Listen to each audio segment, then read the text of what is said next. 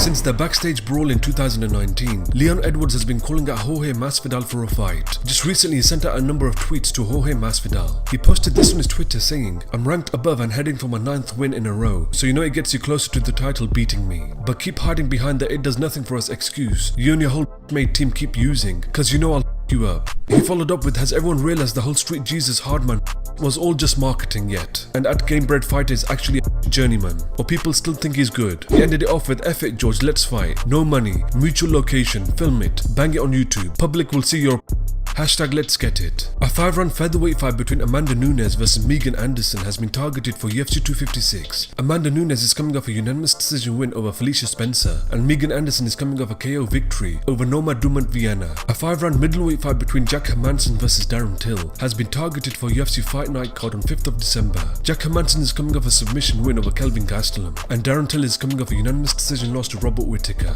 Dana White, the UFC Vegas 7 post-fight interview, speaks on a potential fight between Tony Ferguson versus Dustin Poirier. He also speaks on why the UFC let go of Corey Anderson. Recently, Tony Ferguson has been on social media sort of hinting that he's got a fight. Have you guys got a fight lined up for Tony? We do. Can I make a guess who it is? Huh? Can I guess who it is? Sure. Dustin Poirier? Probably. Okay. First of all, it's the right move for him. You know, this isn't something that we've never done before. And I think that he feels, and we feel, that he can be more competitive there.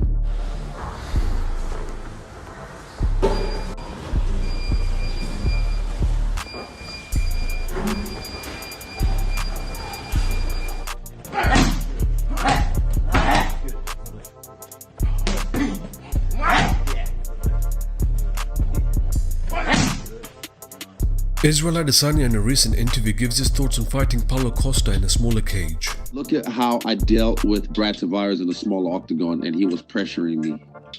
I whooped his ass 5-0, so yeah. And I fought in another kickboxing organization with a ring against a guy as well who's a Dutch kickboxer. He just walks forwards and throws leg kicks and body shots, and same style as Paulo Costa in kickboxing in a tiny phone booth ring, and I still whooped his ass. So I don't know why people think that's like gonna play a heavy factor. It's like, cool, we can fight wherever the fight takes place. We might even end up fighting on the ground. This is mixed martial arts, man. This is adaptability and triumph. So yeah, I'm used to this. This guy gasses after the first round. Go 5 rounds.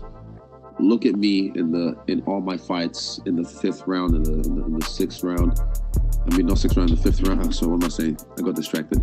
Look at me on my fights in the 5th round, and the 4th round, 3rd round, the later rounds. I'm always fresh. So yeah, precision is going to be the key in this fight. Precision, skill, and just taking them out one by one.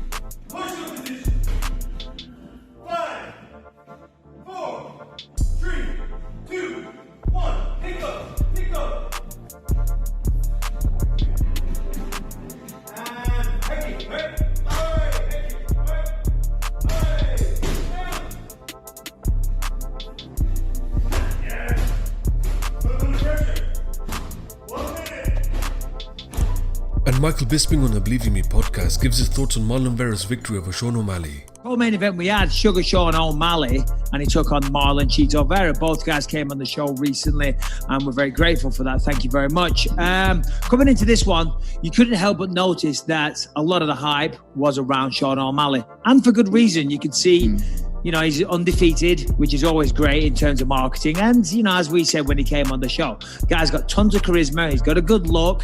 You know, he looks like every rapper under the sun at the moment. He's got the face tats. But more importantly, he can fight. The man can fight, right? So there's a reason he was getting the hype. Now, on the flip side, you got Marlon Vera, who hadn't had the same...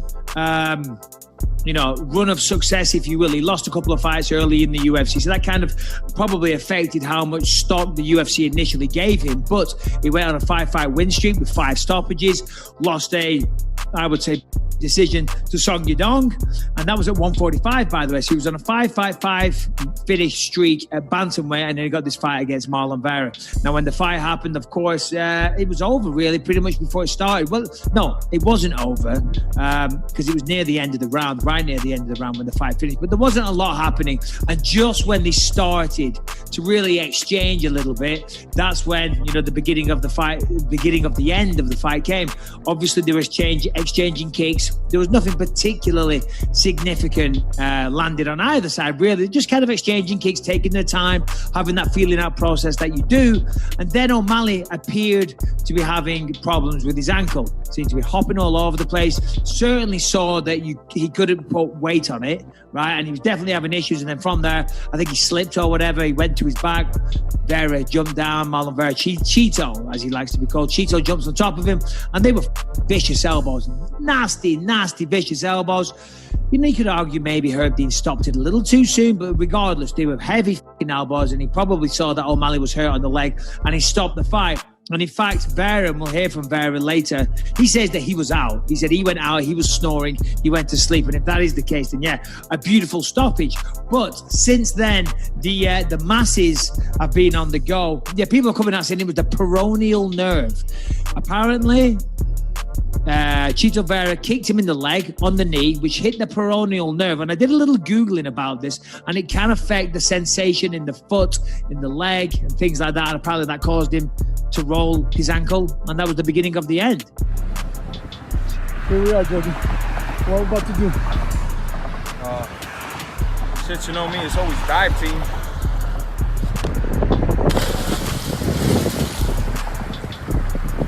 There he goes.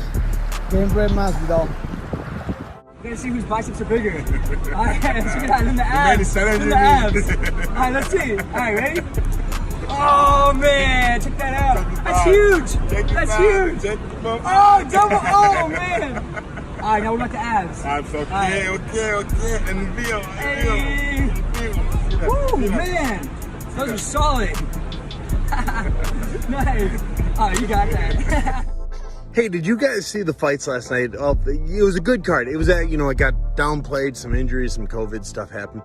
But the card itself turned out great. There's some big finishes, some exciting comebacks. And that main event, Frankie Edgar versus Munoz, was just incredible. I had it scored Frankie up, but it was close.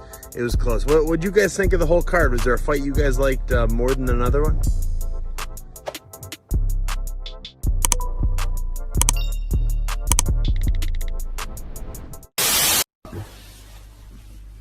What? What'd you say? You getting smart there?